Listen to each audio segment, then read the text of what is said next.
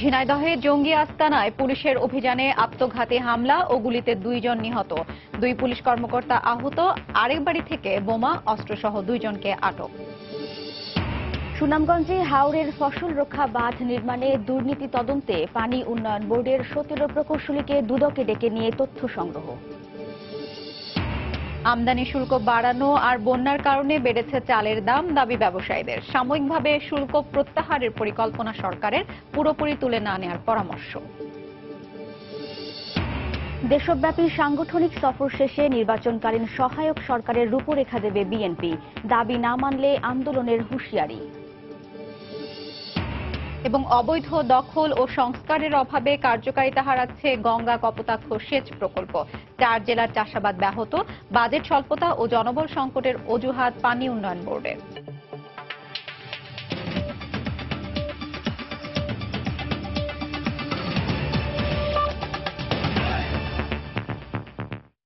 বাংলা সময়ের সঙ্গে আছি আমি হাফসাতুন্নেসা এবং আমি ওয়াহিদা স্বপ্না। ঝিনাইদহের মহেশপুরের বজরাপুরে জঙ্গি আস্তানায় পুলিশের অভিযানে আত্মঘাতী বোমা বিস্ফোরণে তুহিন নামে 90 জেএমবির এক সদস্য ও গুলিতে আরও 1 জন নিহত হয়েছে। এ ঘটনায় আহত হয়েছেন পুলিশের 2 কর্মকর্তা। ঢাকা থেকে বোমা নিষ্ক্রিয়কারী দল পৌঁছেছে ঘটনাস্থলে। বিকেলে ডিএমপির মিডিয়া সেন্টারে প্রেস ব্রিফিংয়ে একথা জানান কাউন্টার টেরোরিজম ইউনিটের প্রধান মনিরুল ইসলাম। নিরাপত্তার জন্য ঘটনাস্থলের আশপাশে 144 ধারা জারি করেছে প্রশাসন। এছাড়া সদরের লেবুতলায় আরও একটি আস্তানা থেকে বিস্ফোরক সহ 2 জনকে আটক করা হয়েছে। বিস্তারিত ডেস্ক রিপোর্টে।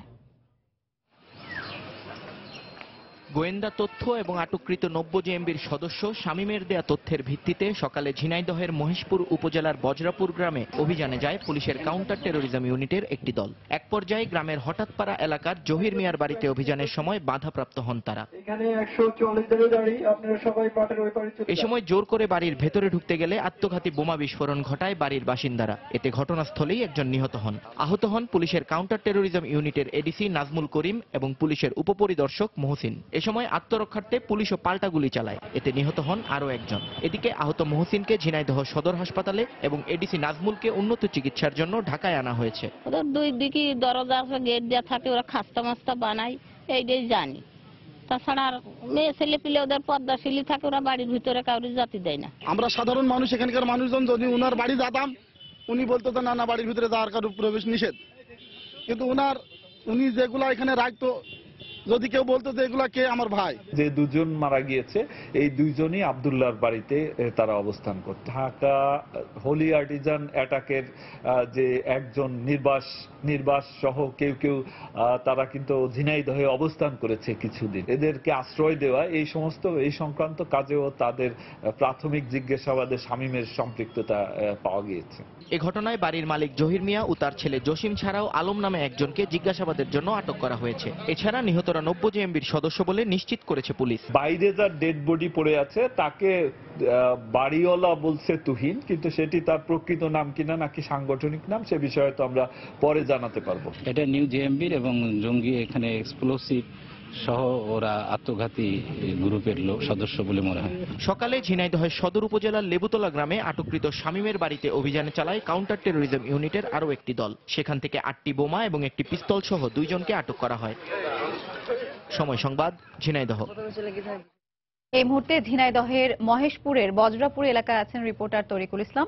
জঙ্গি আস্তানায় চলা অভিযানের সবশেষ খবর জানতে সরাসরি চলে যাচ্ছি তার কাছে। তরিকুল। ঝিনাইদহের মহেশপুরের যে হঠাৎ গ্রামে এখানে এই মুহূর্তে কিন্তু যেখানে আত্মঘাতী বোমা হামলায় 2 জঙ্গি নিহত হয়েছে, সেই ঘটনাস্থলে ডিআইজি দিদার আহমেদের নেতৃত্বে বোমা ডিসপোজাল যে ইউনিট, কাউন্টার টেরোরিজম ইউনিটের সেই টিমটি কিন্তু প্রবেশ করেছে এবং এখানে অতিরিক্ত পুলিশও 1 প্লাটুন আনা হয়েছে এবং এই আশেপাশে এলাকাগুলোতে প্রায় 100 গজের ভিতরে কিন্তু পুলিশ চতুর্দিকে এলাকাটি ঘিরে রেখেছে। পাশাপাশি র্যাবেরও অবস্থান আমরা দেখতে পাচ্ছি এবং বলা যায় যে এই এলাকায় মাইকিং করে এখানে ঘোষণা দেওয়া হচ্ছে যে এই অভিযান চলাকালে এই ঘটনাস্থলে যেন বা এই বাড়ির আশেপাশে যারা রয়েছে তারা যেন এলাকা ত্যাগ করে পাশে অবস্থান নেয় এবং নিরাপদে সরে যায়। তো সব মিলিয়ে বলা যায় যে এখানে একটি শ্বাসরুদ্ধকর পরিবেশের আমরা দেখতে পাচ্ছি এবং এখানকার এলাকার মানুষের মনে কিন্তু আসলে অনেক প্রশ্ন এবং এখানে কি হতে যাচ্ছে এবং কি হতে হতে পারে বা ভিতরে কারা রয়েছে। তো আমরা একটু কিছুক্ষণ পরে হয়তো আমরা জানতে পারবো যে ডিআইজি নেতৃত্বে যে টিমটি যে বোমা নিষ্ক্রিয় করার বা বিস্ফোরক নিষ্ক্রিয় করার যে দলটি ঢুকেছে, বাড়িতে প্রবেশ করেছে, তারা কি কি উদ্ধার করে বা কিভাবে ওখান থেকে অভিযান সমাপ্ত করে এই বিষয়টি আমরা পরে জানতে পারবো। তবে আমরা আগে জানিয়েছিলাম যে এই বাড়িতে যে বজ্রাপুর গ্রামের এখানে যে হঠাৎ গ্রাম, বজ্রাপুরের হঠাৎ গ্রাম, এখানে হঠাৎ গ্রামের জহুরুল ইসলামের যে বাড়িটি সেটি কিন্তু বেশ সুরক্ষিত অবস্থায়, অর্থাৎ চতুর্দিকে নিরাপত্তার একটি বেষ্টনী রয়েছে এবং 6টি গেট পেরিয়ে সেই বাড়িতে প্রবেশ করতে হয় বলে এলাকাবাসী আমাদেরকে জানিয়েছেন। তো আমরা যেটি ছবিতে দেখেছি সেটিতে দেখতে পেলাম যে সেখানে উপরে টিন দেওয়া এবং বাড়ির চারিদিকে ইট দিয়ে ইটের যে গাঁথুনি, সেই গাঁথুনির একটি বাড়ি।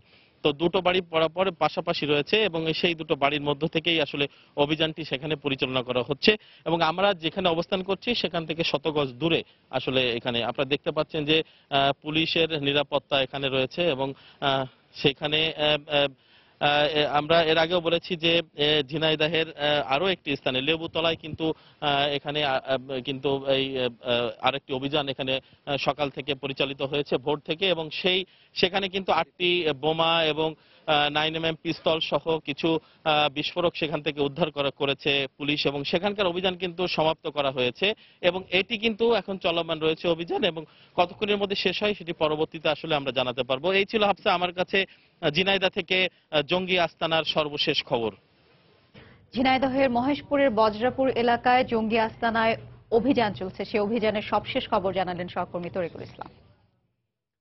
হাওরে ফসল রক্ষা বাঁধ নির্মাণে দুর্নীতি তদন্তে পানি উন্নয়ন বোর্ডের 17 জন প্রকৌশলীর বক্তব্য লিপিবদ্ধ করেছে দুদক। বেলা 12টা থেকে বিকেল 5টা পর্যন্ত দুদক কার্যালয়ে পর্যায়ক্রমে তাদের বক্তব্য নেওয়া হয়। এর মধ্যে ছিলেন পানি উন্নয়ন বোর্ডের 5 জন নির্বাহী প্রকৌশলী, এছাড়া সাব ডিভিশনাল ইঞ্জিনিয়ার সহ বাকিরা বিভিন্ন পর্যায়ের প্রকৌশলী।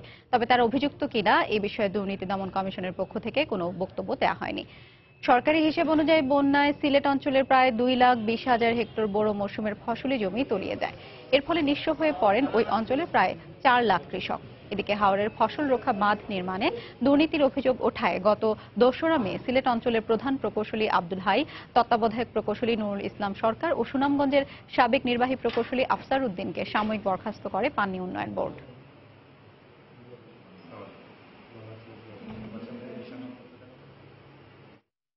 এদিকে হাওর এলাকার বাঁধ নির্মাণে অনিয়ম ও দুর্নীতি তদন্তে পানি সম্পদ মন্ত্রণালয় থেকে গঠিত কমিটি সুনামগঞ্জে পৌঁছেছে।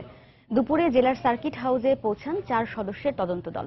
সন্ধ্যায় জেলার শহীদ মুক্তিযোদ্ধা পাঠাগারে এক আলোচনা সভায় অংশ নেবে দলটি।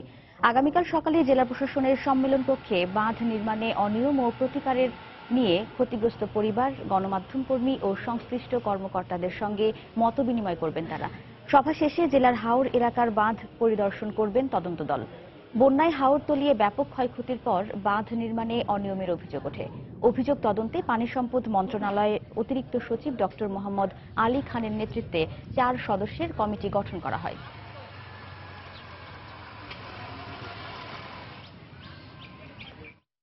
বাংলার সময় আরো থাকছে। উচ্ছেদকৃত জমির দাবিতে গাইবান্ধার গোবিন্দগঞ্জে সাঁওতালদের বিক্ষোভ মিছিল, মানববন্ধন। আগুন দেওয়ার ঘটনায় জড়িতদের দ্রুত গ্রেফতারের দাবি। ভোলায় কেন্দ্রীয় নেতাদের উপস্থিতিতে জেলা বিএনপির কর্মী সভায় দুপক্ষের সংঘর্ষ ও ধাওয়া পাল্টা ধাওয়া হয়েছে। এ সময় 5 জন আহত হয়েছেন। প্রত্যক্ষদর্শীরা জানান, সদর রোডের একটি হোটেলে বিএনপির কর্মী সভা শুরুর আগে ভোলা 4 আসনের সাবেক সংসদ সদস্য নাজিম উদ্দিন ও বিএনপির জাতীয় নির্বাহী কমিটির সদস্য নুরুল ইসলাম নয়নের সমর্থকদের মধ্যে হট্টগোল বাধে।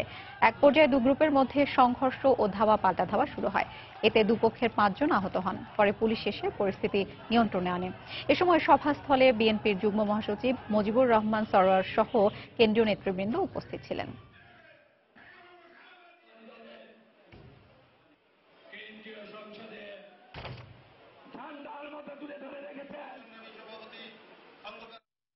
দেশব্যাপী চলমান সাংগঠনিক সফর শেষে নির্বাচনকালীন সহায়ক সরকারের রূপরেখা দেবে বিএনপি। দলের শীর্ষ নেতারা বলছেন, দাবি মেনে সুষ্ঠু নির্বাচনের উদ্যোগ নেওয়া না হলে আন্দোলনে যাবেন তারা। এ লক্ষ্যে ভিশন 2030 সম্পর্কে নেতাকর্মীদের অবহিত করার পাশাপাশি তৃণমূলের সাংগঠনিক অবস্থাও নতুন করে পর্যবেক্ষণ করছে দলটি। সালাউদ্দিন সুমনের রিপোর্ট। গেল বছর ষষ্ঠ জাতীয় কাউন্সিলেই বিএনপির ভিশন 2030-র একটি প্রাথমিক ধারণা দিয়েছিলেন দলের চেয়ারপারসন বেগম খালেদা জিয়া। আমাদের জাতীয় সংসদকে দ্বিকক্ষ বিশিষ্ট করার লক্ষ্যে প্রয়োজনীয় পদক্ষেপ নেওয়া হবে। গবেষণা ও পরামর্শের ভিত্তিতে 1 বছরের ব্যবধানে সেই ধারণাকে একটি বিস্তৃত কর্মপরিকল্পনায় রূপান্তর করেছে বিএনপি। ভিশন 2030-র বিষয়বস্তু নেতাকর্মীদের মাঝে ছড়িয়ে দেওয়ার জন্য দেশব্যাপী সাংগঠনিক সফর করছেন দলের শীর্ষ নেতারা। পাশাপাশি বিএনপির সাংগঠনিক কর্মকাণ্ড কিভাবে চলবে, আন্দোলন কিভাবে সংগঠিত করা হবে, এই সফরে নেতাকর্মীদের তা অবহিত করা হচ্ছে বলে জানালেন এই দায়িত্বশীল নেতা। গণতান্ত্রিক ঘাটতির কারণে যে সমস্যাগুলো সৃষ্টি হচ্ছে সেখান থেকে বেরিয়ে আসার আমাদের যে প্রক্রিয়া, আমাদের যে চিন্তা, সেগুলো আমরা আমাদের নেতাকর্মীদের সামনে তুলে ধরছি। সাংগঠনিক সফরের মাধ্যমে শুধু নেতাকর্মীদের মাঝে নয়, ভিন্ন উপায়ে জনগণের সামনেও ভিশন 2030-র উদ্দেশ্য তুলে ধরতে চায় বিএনপি। এ লক্ষ্যে আগামী 10ই মে সংবাদ সম্মেলন করবেন বেগম খালেদা জিয়া। দেশের জনগণকে জানতে হবে বিএনপির তাদেরকে নিয়ে কি ভাবনা, তাদেরকে নিয়ে পরিকল্পনাটা, এই জিনিসগুলো পরিষ্কার করার জন্য দেশনেত্রী বেগম খালেদা জিয়া জাতির সামনে ভিশন 2030 উপস্থাপন করবে। দলের এই ভাইস চেয়ারম্যান জানালেন, তৃণমূলের সংগঠনের বাস্তব অবস্থা পর্যবেক্ষণ করে শিগগিরই সহায়ক সরকারের রূপরেখা ঘোষণা করবে বিএনপি। আমরা নির্বাচনকালীন সময় সরকারের রূপরেখা দেব, যে সরকার নির্বাচনকালীন সময় নির্বাচন পরিচালনা করবে। সাংগঠনিক সফরের পরেই আমি বিশ্বাস করি নেত্রী বেগম খালেদা জিয়া জনসমক্ষে সেটা প্রকাশ করবেন। দাবি না মানলে কঠোর অবস্থানে যাওয়ার পরিকল্পনার কথা বললেন তিনি। সেই সরকার যদি সেই যৌক্তিক দাবিগুলো যদি মেনে না নেয়, তা অবশ্যই আন্দোলন ছাড়া আর কোনো বিকল্প পথ বিএনপির জন্য থাকবে না। একতরফা নির্বাচনের পুনরাবৃত্তি ঠেকাতে বিএনপি জনগণকে ঐক্যবদ্ধ করতে চায় বলেও জানালেন শীর্ষ নেতারা। সালাউদ্দিন সুমন, সময় সংবাদ, ঢাকা। 2017-18 শিক্ষাবর্ষে একাদশ শ্রেণীতে ভর্তির ক্ষেত্রে নতুন নীতিমালার প্রজ্ঞাপন জারি করেছে শিক্ষা মন্ত্রণালয়। নতুন নীতিমালা অনুযায়ী এবছরের ভর্তি কার্যক্রম শুরু হবে 9ই মে। এই নীতিমালায় একজন শিক্ষার্থী সর্বোচ্চ 10টি এবং সর্বনিম্ন 5টি কলেজের নাম পছন্দক্রম অনুযায়ী আবেদন করতে পারবে। ভর্তির আবেদনপত্র দেওয়া হবে 9 মে থেকে 26 মে পর্যন্ত। ফল প্রকাশ করা হবে 5 জুন। আর 1 জুলাই থেকে একাদশ শ্রেণীতে ক্লাস শুরু হবে।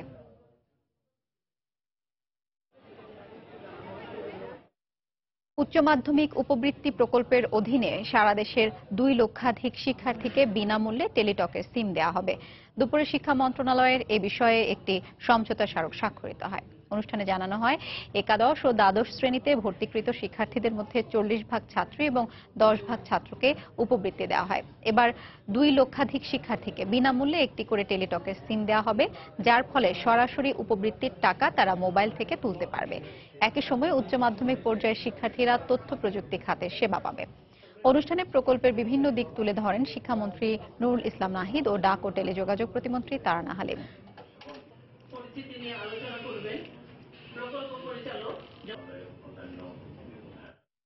গাইবান্ধার গোবিন্দগঞ্জের পল্লীতে আগুন দেওয়ার ঘটনায় জড়িতদের গ্রেফতারের দাবিতে বিক্ষোভ মিছিল ও মানববন্ধন করেছেন সাঁওতালরা। সকালে গোবিন্দগঞ্জের জয়পুর থেকে তীর ধনুক নিয়ে বিক্ষোভ মিছিলটি বের করা হয়। মিছিলটি বিভিন্ন সড়ক ঘুরে কাটামোড় এলাকায় গিয়ে শেষ হয়। পরে সুগার মিল এলাকায় মানববন্ধন করেন সাঁওতালরা। এ সময় বক্তারা বলেন, বাপদাদার ভিটেমাটি থেকে উচ্ছেদ করার পর গত 5 মাস ধরে খোলা আকাশের নিচে মানবেতর জীবনযাপন করছেন তারা। এই অবস্থায় তারা পূর্বপুরুষের ভিটা ফিরিয়ে দেওয়ার দাবি জানান। এছাড়া সাঁওতালদের বাড়িঘরে আগুন দেওয়ার ঘটনায় মামলা দায়ের হলেও এখনো কাউকে আটক করা হয়নি বলে অভিযোগ করেন তারা। গত বছরের 6 নভেম্বর গোবিন্দগঞ্জে রংপুর সুগার মিলের জমিতে আখ কাটাকে কেন্দ্র করে পুলিশ ও সাঁওতালদের মধ্যে দফায় দফায় সংঘর্ষ হয়। পরে সাঁওতাল পল্লীতে আগুন ধরিয়ে দেওয়া হয়।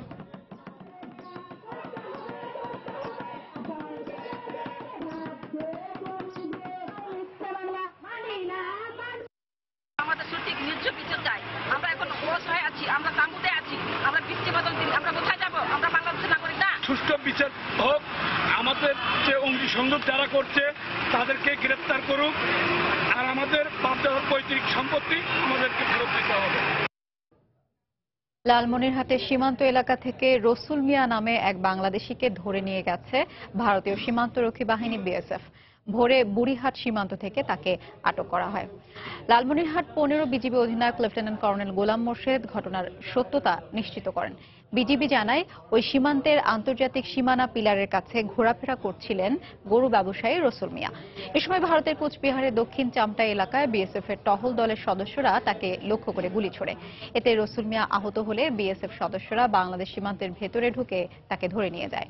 এই ঘটনায় বিজিবির পক্ষ থেকে পতাকা বৈঠকের আহ্বান করা হয়েছে।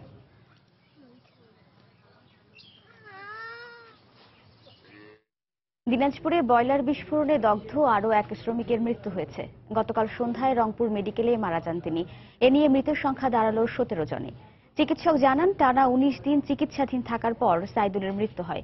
এছাড়া চিকিৎসাধীন আরও 2 জনের মধ্যে একজনের অবস্থা আশঙ্কাজনক বলে জানিয়েছে চিকিৎসক। তাদের নিবিড় পর্যবেক্ষণে রাখা হয়েছে। গত 19 এপ্রিল দিনাজপুরের গোপালগঞ্জে যমুনা অটো রাইস মিলে বয়লার বিস্ফোরণে দগ্ধ হন 30 জন শ্রমিক।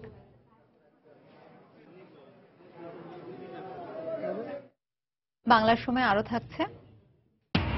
বিশ্বকবি রবীন্দ্রনাথ ঠাকুরের 156তম জয়ন্তী উদযাপনে সিরাজগঞ্জের শাহজাদপুরে শেষ মুহূর্তের প্রস্তুতি চলছে। নেওয়া হয়েছে বিশেষ নিরাপত্তা ব্যবস্থা। আমদানি শুল্ক 10 থেকে বাড়িয়ে 25% করার পর থেকেই বাড়ছে চালের দাম। আর সাম্প্রতিক অতিবৃষ্টি ও অকাল বন্যাকে পুঁজি করে বাজার এখন অস্থির। এ অবস্থায় চাল আমদানিতে সাময়িকভাবে শুল্ক প্রত্যাহারের কথা ভাবছে মন্ত্রণালয়। তবে অর্থনীতিবিদরা শুল্ক পুরোপুরি তুলে না নেওয়ার পক্ষে মত দিয়েছেন। মিল মালিকরা যেন বাজার নিয়ন্ত্রণ করতে না পারে সেদিকে নজরদারির দাবি ব্যবসায়ীদের। কামরুল হাসান সবুজের রিপোর্ট। বেশ কয়েক বছর ধরে চাল উৎপাদনে স্বয়ংসম্পূর্ণ বাংলাদেশ। তবে অভ্যন্তরীণ বাজারে চালের দামের ওপর এখনো রয়েছে আমদানির প্রভাব। খাদ্য মন্ত্রণালয়ের তথ্য বিশ্লেষণ করলে দেখা যায়, চাল আমদানিতে শুল্ক 10 থেকে বাড়িয়ে 25% করার পর থেকে লাগাতার বাড়ছে চালের দর। গেল এক বছরে প্রায় 13 টাকা পর্যন্ত বেড়েছে 1 কেজি মোটা চালের দাম। মিনিকেট পাড়িজা নাজিরশাইল চালের দামও কেজি প্রতি বেড়েছে প্রায় 8 থেকে 10 টাকা। এরই মধ্যে অকাল বন্যায় ফসলের যে ক্ষতি হয়েছে, ব্যবসায়ীরা বলছেন তার নেতিবাচক প্রভাবও পড়েছে বাজারে।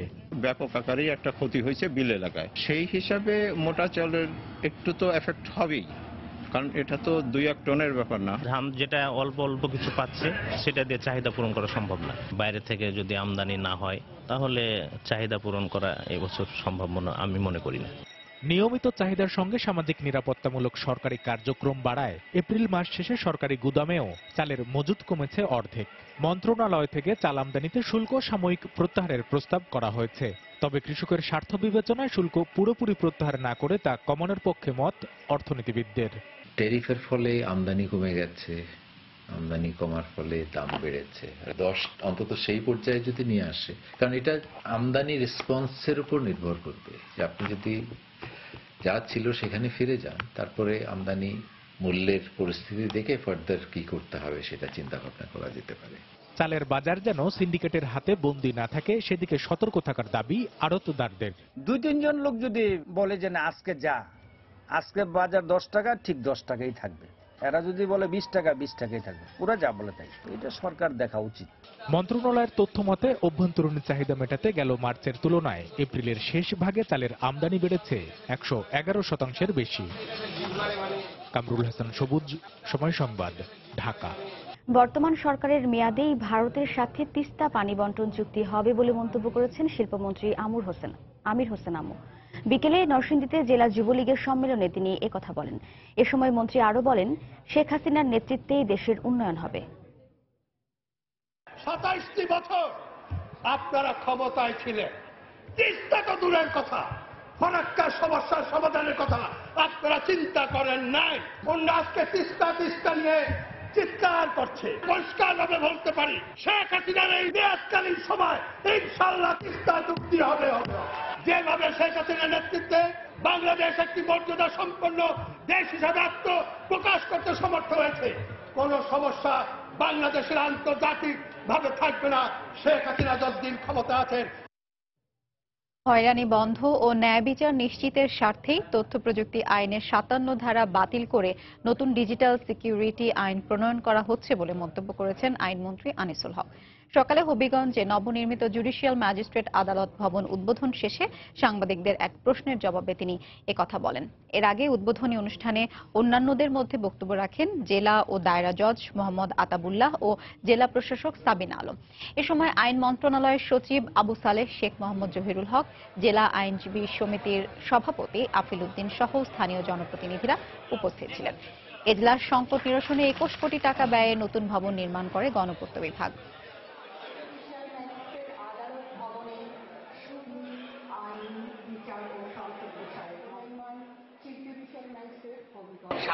ধারা যারা 57 ধারায় এখন অভিযুক্ত আছেন বা 57 ধারায় অভিযুক্ত হয়ে তাদের মামলা তদন্ত করা হচ্ছে, সেই ব্যাপারে নিশ্চয়ই সেই আইনে দিক নির্দেশনা এবং অন্যায়ভাবে যাতে কারো বিরুদ্ধে কোনো ব্যবস্থা না নেওয়া হয় সেই রকম ব্যবস্থা থাকবে। গাজীপুরে এক পুলিশ কর্মকর্তার চুরি যাওয়া অস্ত্র উদ্ধার করেছে পুলিশ। এই ঘটনায় জড়িত সন্দেহে একজনকে গ্রেফতারও করা হয়েছে। পুলিশ জানায় গতরাতে কাপাসিয়ার নবীপুর এলাকার রাস্তার পাশ থেকে পরিত্যক্ত অবস্থায় অস্ত্রটি উদ্ধার করা হয়। পরে এ ঘটনায় জড়িত সন্দেহে ওই এলাকায় অভিযান চালিয়ে সজীব নামে একজনকে গ্রেফতার করে পুলিশ।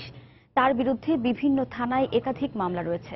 গত 9 এপ্রিল কাপাসিয়া থানার পাশেই এসআই সুমন শ্রাবণের বাসা থেকে একটি বিদেশি পিস্তল ও মূল্যবান জিনিসপত্র চুরি হয়।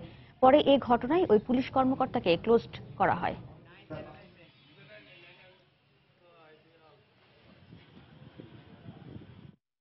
পিরোজপুরে অভ্যন্তরীণ দ্বন্দ্বের জেরে প্রতিপক্ষের হামলায় আহত ছাত্রলীগ কর্মী সাকিব হাওলাদারের মৃত্যু হয়েছে। ভোরে ঢাকা মেডিকেলে আনার পথে তার মৃত্যু হয়। পুলিশ জানায় সদর উপজেলার কদমতলা ইউনিয়ন ছাত্রলীগের কমিটি গঠনকে কেন্দ্র করে দুপক্ষের মধ্যে উত্তেজনা বিরাজ করছিল। এর জের ধরে গতরাতে ছাত্রলীগ কর্মী সাকিব হাওলাদারের উপর হামলা চালায় প্রতিপক্ষ। তাদের ধারালো অস্ত্রের আঘাতে সাকিব সহ 3 জন আহত হন। আহতদের মধ্যে সাকিবকে খুলনা মেডিকেল কলেজ হাসপাতালে ভর্তি করা হয়। অবস্থা গুরুতর হওয়ায় ভোরে ঢাকা মেডিকেলে নেওয়ার পথে তার মৃত্যু হয় বলে নিশ্চিত করে পুলিশ। তবে এখনো জড়িত কাউকে আটক করা হয়নি।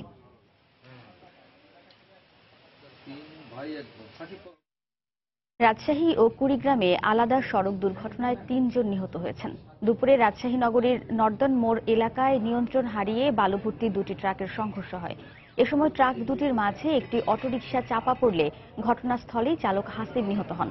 আহত অবস্থায় একজনকে উদ্ধার করে হাসপাতালে নেওয়া হলে চিকিৎসক তাকে মৃত ঘোষণা করেন। তারা সম্পর্কে মামা ভাগ্নে বলে জানিয়েছে পুলিশ।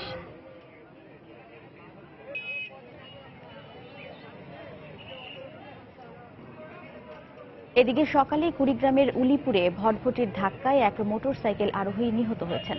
পুলিশ জানায় রংপুর থেকে স্ত্রী মেয়েকে নিয়ে মোটরসাইকেলে করে বাড়ি ফিরছিলেন রৌমারী উপজেলা প্রেস ক্লাবের সভাপতি আব্দুর রাজ্জাক রাজু।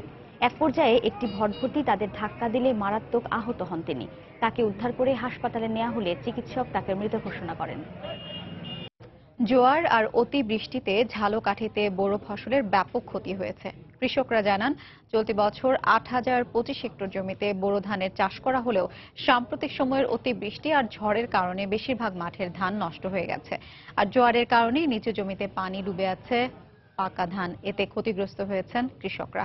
এদিকে ফসলের ক্ষতির কথা স্বীকার করলেও উঁচু জমিতে ধানের ভালো ফলন হয়েছে বলে দাবি করেছেন কৃষি সম্প্রসারণ অধিদপ্তরের কর্মকর্তা।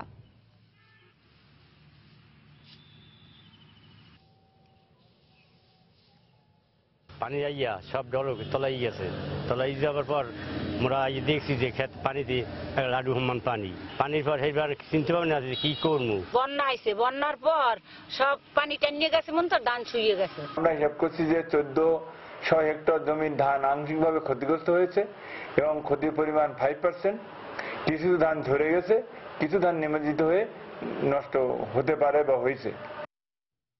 অবৈধ দখল ও সংস্কারের অভাবে কার্যকারিতা হারাচ্ছে গঙ্গা কপোতাক্ষ সেচ প্রকল্প। বেশিরভাগ খালি পরিণত হয়েছে সরু ড্রেনে। এতে ব্যাহত হচ্ছে কুষ্টিয়া সহ 4 জেলার হাজার হাজার হেক্টর জমির চাষাবাদ।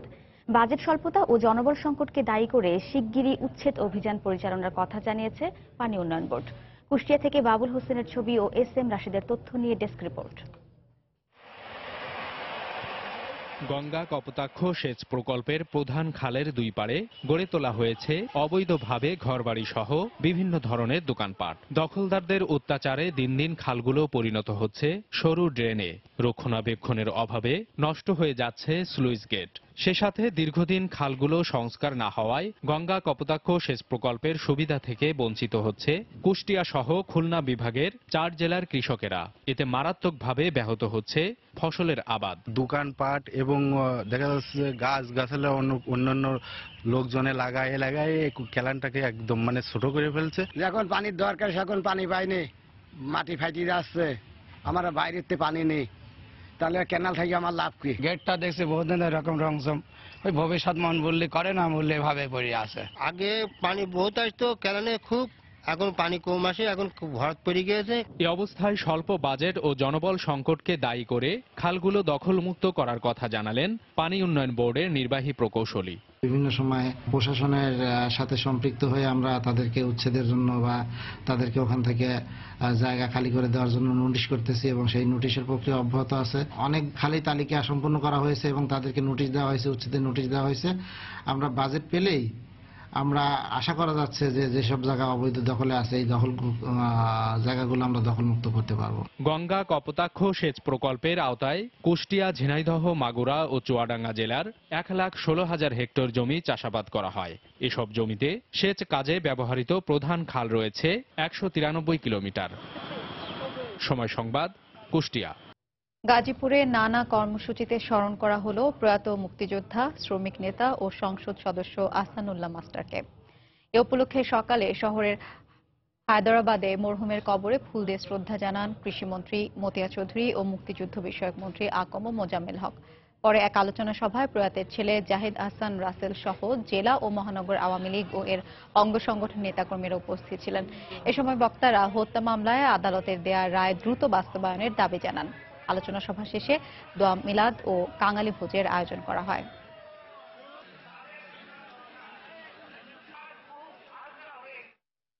সুর সাধক ও স্বাধীন বাংলা বেতার কেন্দ্রের কণ্ঠযোদ্ধা মিহির নন্দীর শেষকৃত্য সম্পন্ন হয়েছে। এর আগে তার মরদেহে শ্রদ্ধা জানান সর্বস্তরের মানুষ।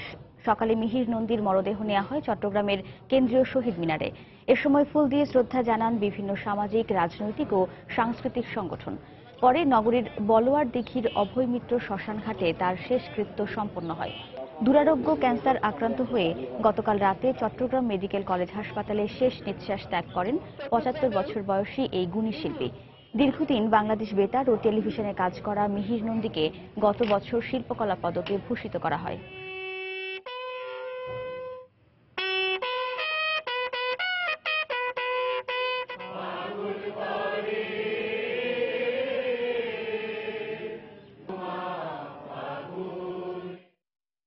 আগামীকাল 25শে বৈশাখ বিশ্বকবি রবীন্দ্রনাথ ঠাকুরের 156তম জয়ন্তী।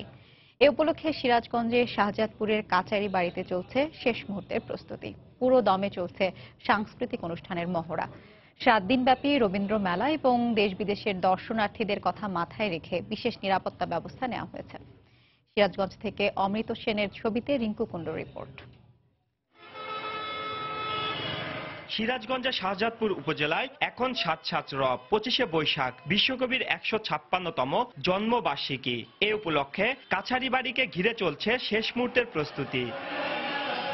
রবি ঠাকুরের স্মৃতি বিজড়িত পালঙ্ক, চেয়ার, পালকি সহ নানা নিদর্শন দেখতে প্রতিদিনই ভিড় করছে দর্শনার্থীরা। পাশাপাশি বাড়ির পাশে চলছে 7 দিনব্যাপী রবীন্দ্র মেলা। দেশ বিদেশিতে লোক আসবে।